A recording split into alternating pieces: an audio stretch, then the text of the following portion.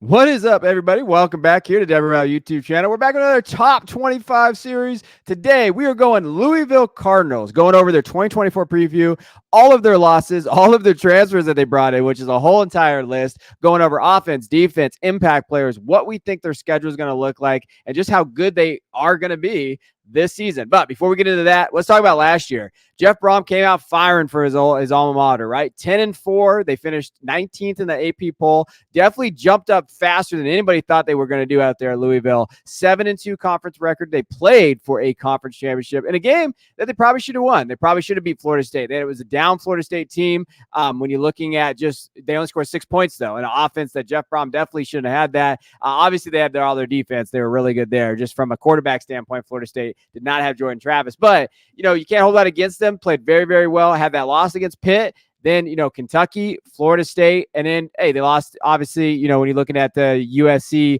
Holiday Bowl, they lost in that one too. But still a good year, all opposed to what they were coming in. They had Jack Plummer. He came over from Cal, had 3,200 yards, 21 touchdowns, 12 interceptions. They had a dynamic duo, Gerard Jordan and Isaac Gerondo from the running back room there. And then Jamari Thrash. He also played pretty well there. So kind of hyped up on that offensive side for Jeff Brom, brought him back, right? Brought him back to life. Now, what we're going to do and diving into this year's offense, what it looks like, because there's big changes. There's a lot of changes out there. And really, it was an interesting year last year for Louisville from an offensive perspective because their defense was better. Like, their defense actually played better, which for a Jeff Brom team is kind of interesting. They averaged 28.8 points per game last year, yards per game. They're at 395, so put them like 50th in the country. So, again, not a top 50 squad there. Points per play, 0.418, basically 46 in the country there. Third down conversion, they weren't great, 36%, so 79th. From a rushing standpoint, 50th. From a passing standpoint, passing yards per game, they're 38th. So, like, middle of the pack, really. Their defense kind of held in there. So, to me, what that screams is second year in Brom's system, but even with transfer guys, they have that identity now. We could be looking at a better offense this year with the pieces. Really probably going to come down to that quarterback play, though. It will, but the big changes came. I mean, the big changes came everywhere. This team is completely different. They flipped the entire roster on both sides of the ball. But the two starting offensive tackles are gone. I don't know if that's a good or bad thing. I think when you look at, their inefficiencies as run blocking units, I think you can argue that it's a good thing. I don't think that they were very, good in pass protection as an offensive unit last year either. They've got a ton of guys that are kind of fighting for these starting spots. Monroe Mills is currently the favorite to start at left tackle. Jonathan Mendoza at right tackle, but Rasheed Miller's involved as well. Got a new center in Pete Nigra. He's coming over from Northern Illinois. He had some good film last year, so I think that that's an upgrade. Renato Brown's in there as well, but this offensive line is going to need to figure it out quickly because Tyler Shuck is a certain type of quarterback. I think that when you compare Tyler Shuck to high level, Tyler Shuck is better than high level Jack Plummer, but I think Jack Plummer is also safer with the ball and a little bit smarter with the football. So I'm curious to see if they kind of, move Tyler Shuck into this more conservative role where he's just distributing, because this offensive firepower this year, while they did lose their running backs, and I think that is important to note here, they kind of filled the running back room with transfers, but also this wide receiving core is significantly better than what they had last year. Colin Lacey is one of my guys. This kid is absolutely fantastic. I think he's their starting slot receiver, but he can win from inside and outside. Very, very fast and dynamic with the ball in his hands, but aggressive hands. I think he's going to be that go-to for Tyler Shuck, but we're big Ja'Cory Brooks fans as well, so I'm curious to see if he gets involved. It's unfortunate what has happened in his career. I think that there's a lot of talent in that room, and I think that this offense can be even better than it was last year, like you alluded to. Yeah, no, it can be. I mean, again, there is something to say about implementing your system, being there for 2 years. Even guys around the program that, maybe aren't starters, that can say, hey, this is how we do things here. Hey, we went to an ACC championship game here. Like, the culture, like, he built the culture there. And now you got guys that you're talking about. It's just, Tyler Shuck is a guy we've been talking about way too long. I keep making that joke, but like 7 years. He came over from Texas Tech, right? And there's a reason why he's moved around a lot.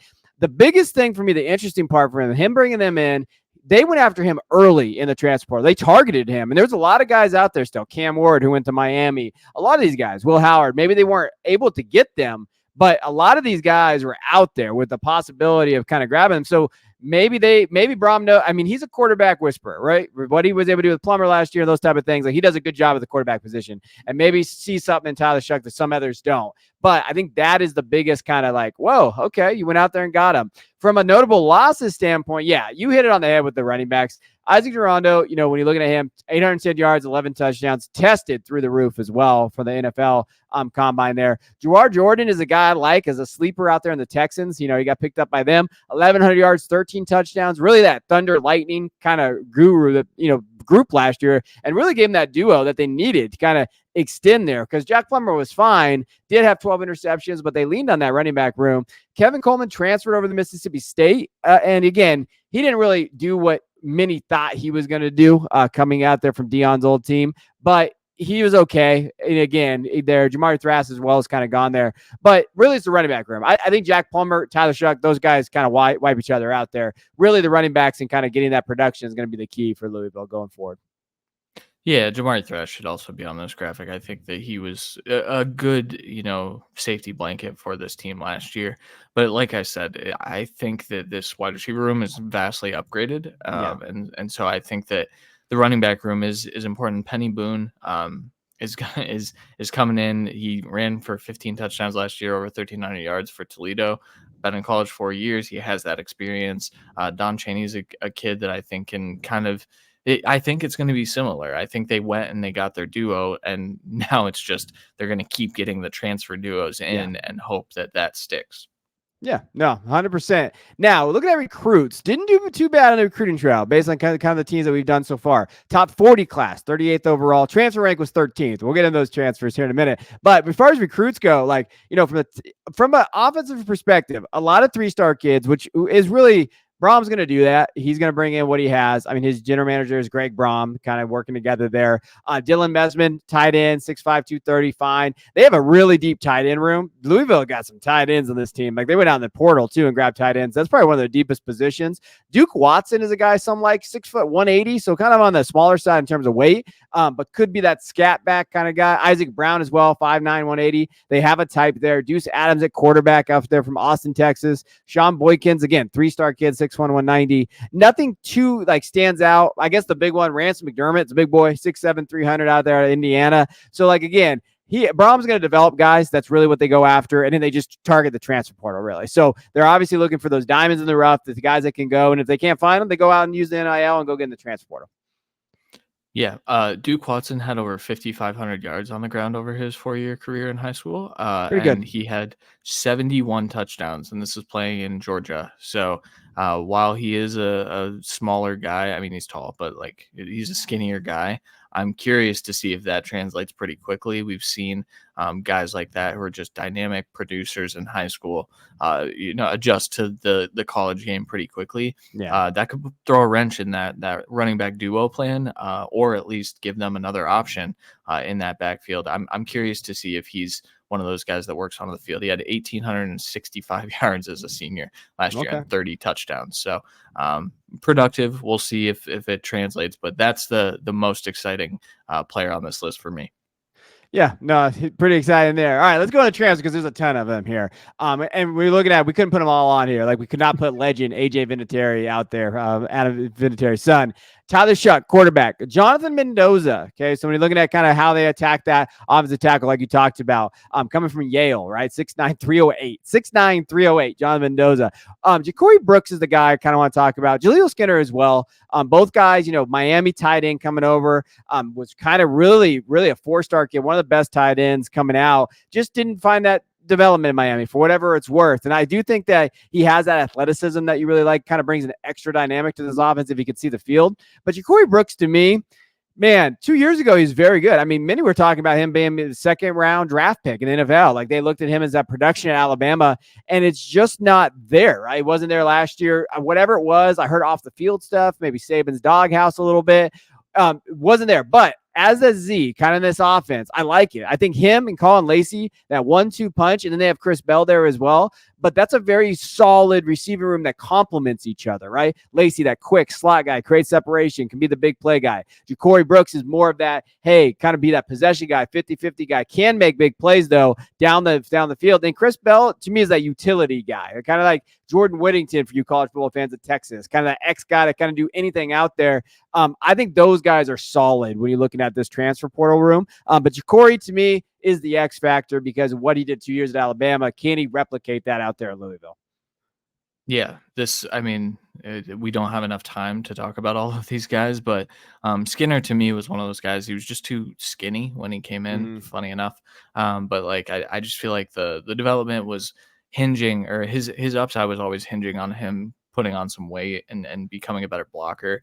I think he is a dynamic threat with the ball in his hands still. At least that's what he's shown us in limited work. But I think everything revolves around the running backs and these two wide receivers that transferred in. I think all of that should make it pretty difficult for Tyler Shuck to fail, because this offense is going to look pretty good. But we've seen Tyler Shuck fail in the past. So I also think, Tyler Shuck's experience is something that they're going to lean on. It's kind of what they did with Jack Plummer, who transferred, 2 times, same as Tyler Shuck. It's a very similar situation with more talent, though. I think when you're just looking at raw talent, I think Shuck has more of it. So I think the upside for this offense is crazy high.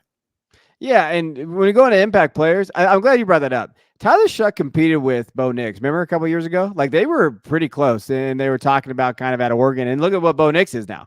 First round draft pick. Now, I'm not out here saying Tyler Shuck's gonna be a first round draft pick, but the talent was there. Like the battle was there, the talent was there too. I'll let you go ahead and talk about Colin Lacey here. I know that's you talked about him being your guy, but I do think, when you're looking at it from an NFL upside, do you see maybe day 1 or day 2 kind of potential there? Yeah, day 2. Day 2. He's I'll spoil this for my wide receiver video that isn't even close to being completed, and this is probably going to be out before that. But he's like up at my wide receiver 6 right now, Okay. for this class. So he's looking like a day 2 player to me, and maybe that's the level of competition that he faced, but I don't think it is. I think we're going to see a very dynamic player. I think this is going to be the kid that everyone says, "Who is this kid? I've never heard of him." But I know Louisville fans will already know who he is, but be excited to watch him because I think he brings a dynamic that they didn't have last year. They just didn't have this like game breaking speed, threat with the ball in your hands on every given snap. Like that's what this kid offers. I think he's a fantastic athlete. Very, very excited to watch him in this offense. He makes things happen that, normal receivers can't, and especially like over the middle and crossing routes, little things like that. A 5-yard crossing route could actually be a 50-yard touchdown. Like those are the things that can elevate this offense there. Now, going over to defense. So when you're looking at numbers last year, like I kind of alluded to at the beginning of this video, pretty good last year. Opponents' points per game, they only gave up 22 points per game last year as a top 40 team. Opponent yards per game, they were only 328. Number 22. And really where that came from was their rushing defense. The rush defense is really good. Opponent rushing yards per game, only 100. They were 11 in the nation last year. They were a top 12 defense there. Again, opponent rushing yards per rush, only 3.4. They were a top 20 unit there. Their pass defense was okay. Like, when you're looking at, passing yards per game, 65th. That definitely was their area of like, hey, they bend a little bit, they broke a little bit there. But from a rushing standpoint, really good job there. They were top 40 in the NCAA last year for sack percentage at 7%. So like, okay, right? That's really what you're asking for a first-year coach coming in. Overall, their defense was okay. Their rushing defense was extraordinary. Their pass defense needs to get some work in there.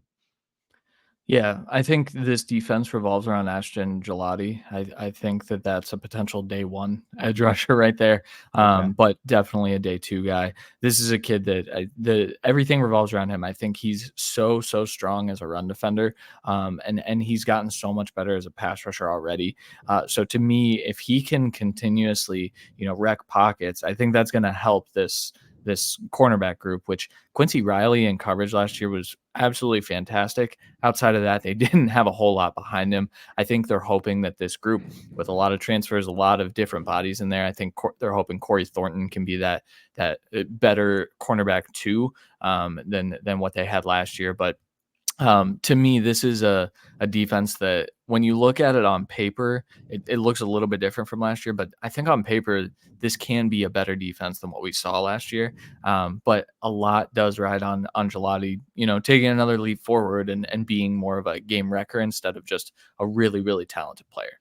Everybody talks about that. Ashton Gelati, we will live and die by him. And I see in all these think pieces about him, like out there in Louisville. The writers are all talking about him there. The reason why, when you're looking at notable losses, I mean, nothing huge. I mean, Jarvis Brownlee, they were talking about his leadership and what he was able to kind of put out there on the field. They liked him overall. Pass deflections, he had 6 last year. From a tackles perspective, 30, but more of a leadership thing there.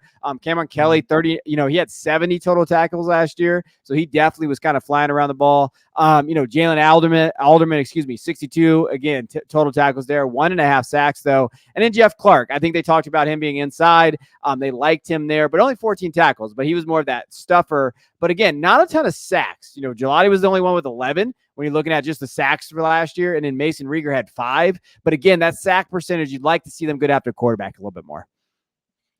Yeah, and I know Louisville fans are probably already in the comments after hearing me say, they didn't have a great CB2.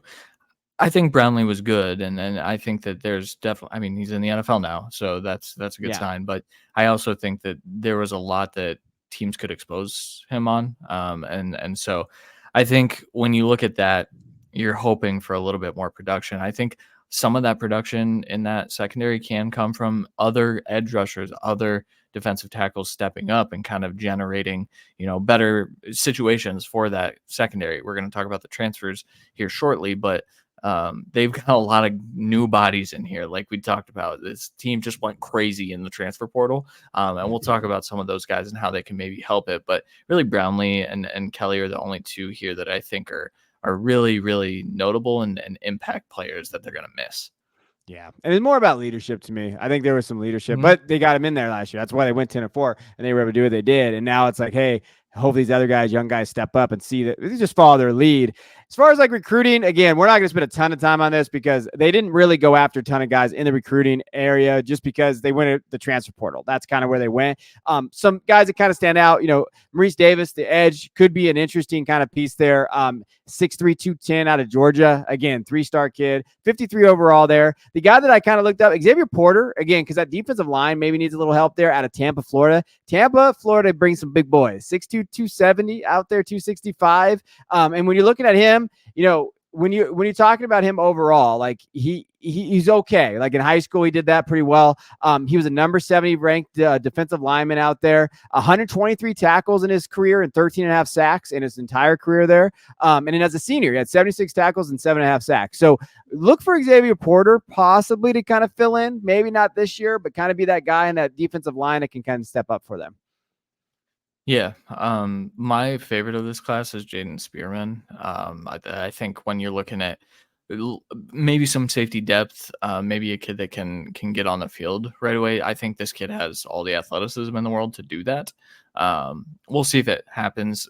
Like we said, this team went crazy on the transfer portal. The recruiting trail was a little lighter, but let's talk about the transfers. Yeah, let's get into it. All right. So Tramel Logan, Dan Foster Jr., all of these guys here. What do you take away from this transfer class? Who are some guys that we need to know? So Corey Thornton, I mentioned already. I think that when you look at how he complements the rest of this secondary, I think that that's a perfect CB2 for you. Miles Jernigan and Tramel Logan are the two edge rushers I think that should stand out and be impact types of players. Jernigan is probably going to start for them right away. I think when you increase the odds that there's an edge two that can get some level of pressure, some level of sack production here, then Gelati is going to be freed up and not face as many double teams. So that seems to be like what they focused on here, bringing in 3 edge rushers and 2 defensive tackles. We need to find a way to free him up a little bit. I think that this was a good route to do it. Rene Conga, I'm excited to see him and Thor Griffith and what they can contribute. But to me, it's the edge rushers that are going to kind of help ease that transition. So we'll see who steps up from this group. I think it's going to be a big battle as we get into the fall and whatnot, and we'll see how many of these guys are still playing come November, December. But to me, this is what a team who's going for it will do, and I think that they are very much so going for a title this year. You know me, I like weird stories, but I also like kind of like those fun players. Thor Griffith to me, big boy out of Harvard, like, 6'2", 320, big boy. And he was probably, again, I say this listen to me, an open mind. He was one of the best defensive tackles in the Ivy League. I get it's the Ivy League, but first team honors, the senior and a junior right there. I mean, and people went after him. He was the number 5 best available defensive line transfer on 3. So they definitely went after them last year. He did have 11 tackles for loss, 3.5 sacks, and he's just that plug guy. He's just going to plug that defensive line and kind of be there. So I'm interested to see if he can get in that rotation for sure. And I love his name. Thor Griffith just sounds like that guy in terms of like what you're looking at. But like we talked about, impact players, Ashton Lottie, Quincy Riley, Miles Jernigan, these guys, this team's going to live and die by these guys, especially Ashton. I think he's going to have that big year for this team to really step up and get back to maybe that ACC championship game. Yeah, for what it's worth, there were like 7 more transfers that we didn't even mention, and one of those players could be one of these impact players. I think they've got as many bodies as they possibly can. They're throwing it at the wall and saying, this defense wasn't good enough for us last year. We know that we can create a good enough offense to compete for a title, but the defense didn't do it for us. So, I mean, even thinking back to that Kentucky game last year, I think their offense was very clearly good enough to win that game, and they gave up, I think, 38 points in that game. So I think that they have done a really good job in making sure that that won't be the case as much this year, but everything revolves around Gelati. Like we've talked about over and over, I think this kid is fantastic. I struggled to keep him out of my 2025 mock. I think he's a top 50 pick. And when you have that type of player on defense, you have a high ceiling. I think that this defense has a high ceiling, but the floor could be a little rough with all these new players trying to gel together. We'll see how it shakes out. Yeah, to me, you're going to see a lot of rotation early in the season. You're going to see in those early games kind of how these guys are playing there. And then when you're looking at the schedule, it's interesting. Louisville has an 8.5 win total. So when you're looking at that, that's where the over-under is at. Austin Peay, Jacksonville State should be wins, right? Georgia Tech is scrappy. It's interesting out there. They had a scrappy offense out there with Haynes King and those guys. Notre Dame, tough game at Notre Dame. SMU, again, interesting kind of offense out there with Preston Stone and those guys.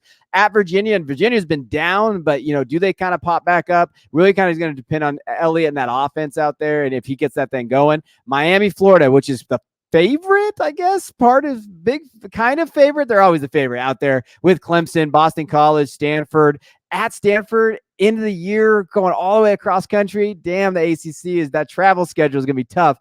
Versus Pitt, and then at Kentucky. Tough games here when you're looking at the schedule overall late in there, but they got to get some early wins there. Obviously, the first 2. I think that Georgia Tech's big game for them. If they can win that, go 3-0 in Notre Dame, I think they're feeling pretty comfortable.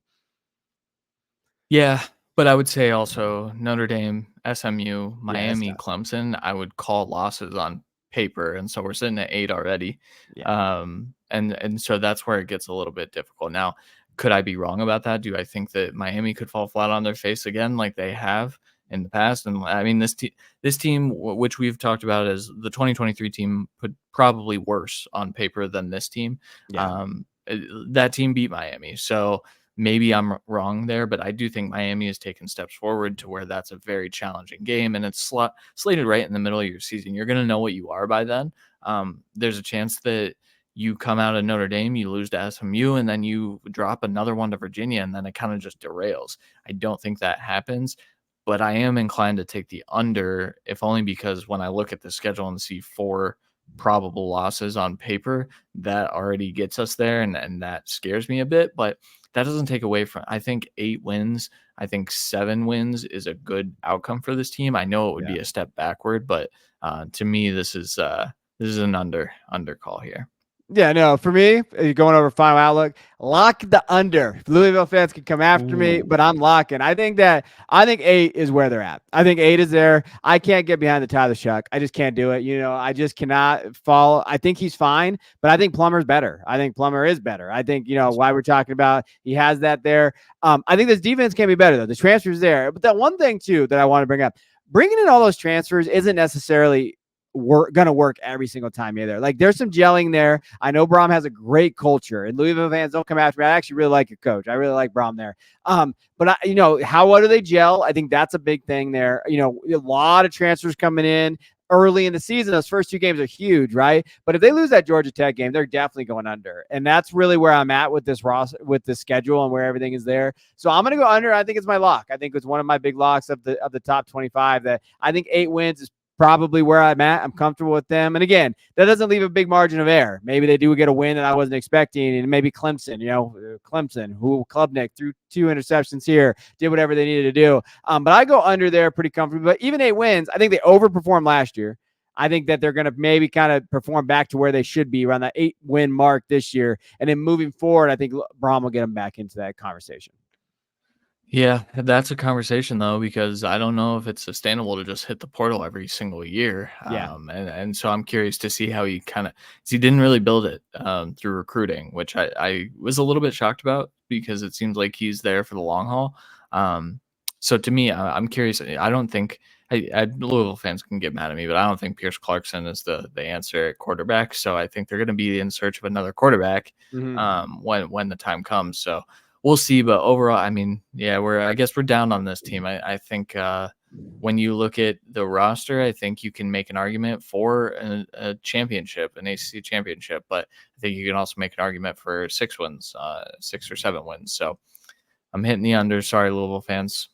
This is as the makings of the second year slump a little bit after the first year overachieve year. You have Braun coming in there, that Rura guy kind of coming there, and then you're seeing that. But who knows? We got called out last year when Colorado beat TCU, and we got some guys coming after us, so we're not used to we're used to getting called out here. But let us know what you think in the comments. Put down there what you think. Do you think that Louisville can be that 9-10 win team? Do you think they're going to challenge there, or are you more maybe a little bit more realistic? Like, hey, maybe they're going to struggle. Maybe that schedule's a little tough, especially in the middle down the stretch of the year. All right, let us know. We appreciate you guys. We'll check you guys in the next top 25 breakdown.